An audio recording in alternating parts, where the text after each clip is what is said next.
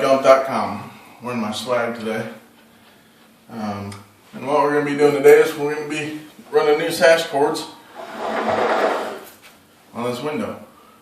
I've already done them one side here, one side that you can't really see all that well. And pretty much the Sash cord that I'm using is actually a clothesline that you most commonly find in backyards, running between two poles. There's really nothing much to it. Bought about 200 foot of it at Lowe's, running about 20 bucks. I use clothesline instead of the nylon rope. This still has some nylon in it, but it feels more like cotton to me than it does nylon. So that's what we're using today. Another thing you'll need here is a small chain, made out of zinc, I believe. And at the end of it, what we did is we took a pair of needle nose pliers and we pried it open. We made a little hook out of it. We're going to use this as a feeder chain, kind of like a wall snake that you buy at Lowe's and Menards, big blue things that have a feeder at the end of it. Same concept, slightly different, a little more flexible. A couple tools you'll need: flathead screwdriver, size 1 or 0, just something that you can, hammer against, use as as a makeshift chisel. And the primary reason for needing this is right here in this window there's a cavity that holds 2 window weights in it, one for the top sash and one for the bottom sash.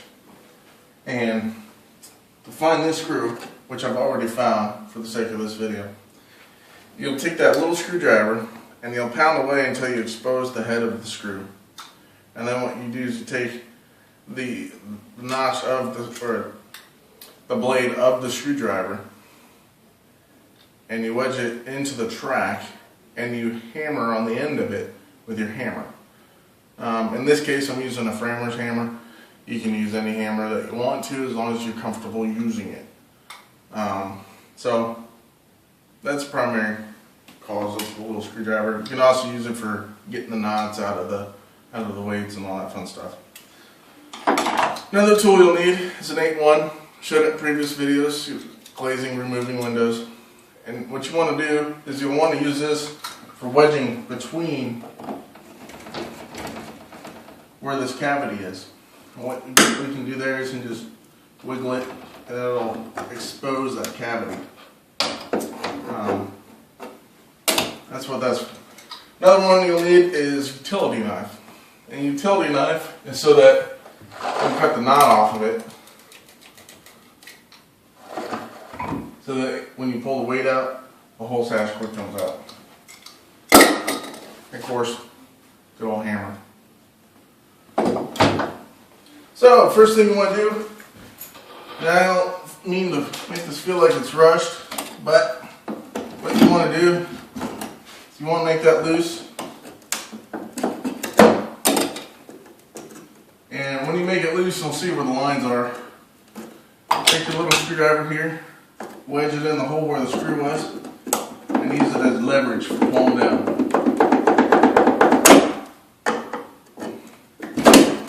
Boom. This is the piece right here. Really nothing to it. This is where the parting stop sits that we removed that in a previous video. At the top of this board are 2 notches. That's where the screws, there's 2 screws right here that those wedge between and that holds the top end by friction. And then the bottom screw obviously right there. So I've already cut the weights. There's sash cord from above. With any luck,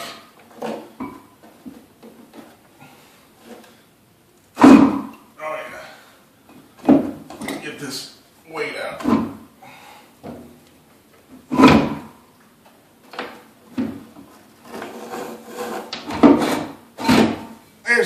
There's the top sash weight. They're going to be dirty. There's no way of getting around that. So if you want to wear gloves, wear gloves.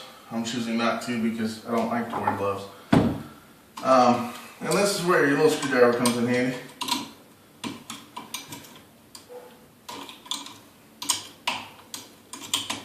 maybe.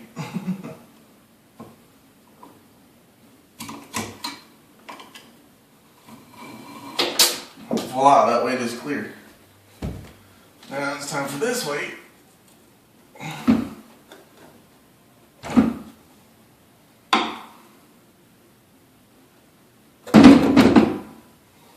Come out. Same method for removing. Now what I'm going to do is I'm going to take this chain here that I have. I'm going to put it right on this roller here. And I'm just going to feed it in slowly.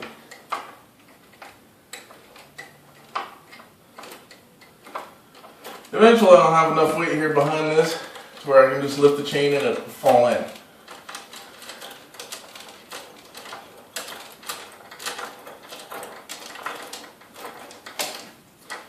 As you can hopefully see in the video, this chain has now appeared in this cavity.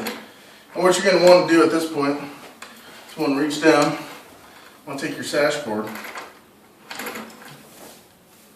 you can find the end of it.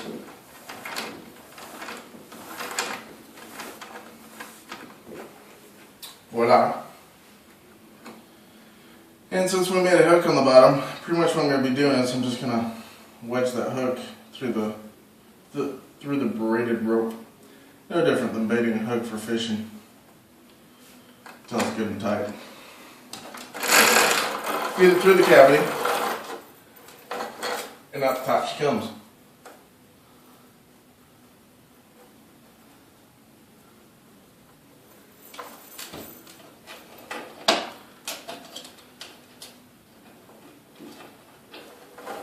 Tie a simple knot with that.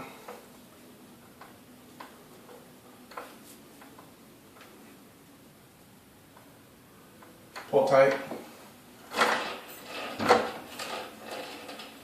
Alright. Take your utility knife. Make sure you got enough slack here.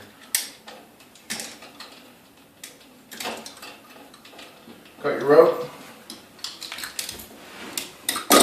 What you're going to be doing now is going to take that weight that you pulled out and you shove it in here.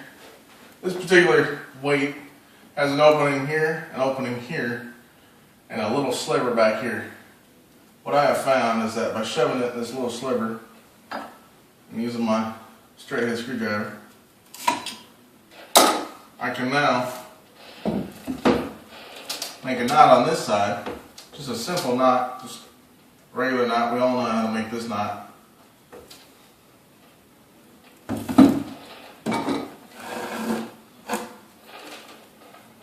Pull it tight on it. What you can't do is you can also cut away the excess. And then what you want to do is you want to set it into the cavity again. Nothing to it. And now she freely moves in there. We want to do the same thing with the bottom sash, weights. Again, this back track is for the upper sash. This forward track here is for the bottom sash, because this is the window that you move. In some cases, you're allowed, if you want to, and this is entirely up to you. There's no rule saying that you can't do this. What people are doing now is they're taking this top sash and they're putting in this top sash, which sits back here between this parting stop channel here and this parting stop. And what they're doing is they're pushing in that bottom sash and they're screwing them in. And that's entirely up to you if you want to do that. In this case, what we're doing is we're replacing both back upper sash cords and the lower sash cords, so that when we so choose, we can push down the top sash and clean it. That's primarily why they did the two sashes, so that you had easy access to clean it. Also, some people prefer their screens up here instead of down here. You can put your screens up here and pull down the top sash. Perfect for first floors. In this case, we're on the second floor.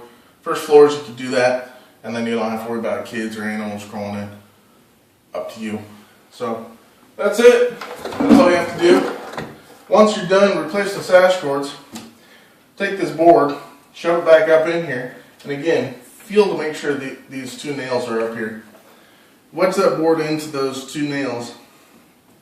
Secure the board with this screw, and then you're good to go. You can caulk this edge if you want to, or you can just paint it, prime it, whatever.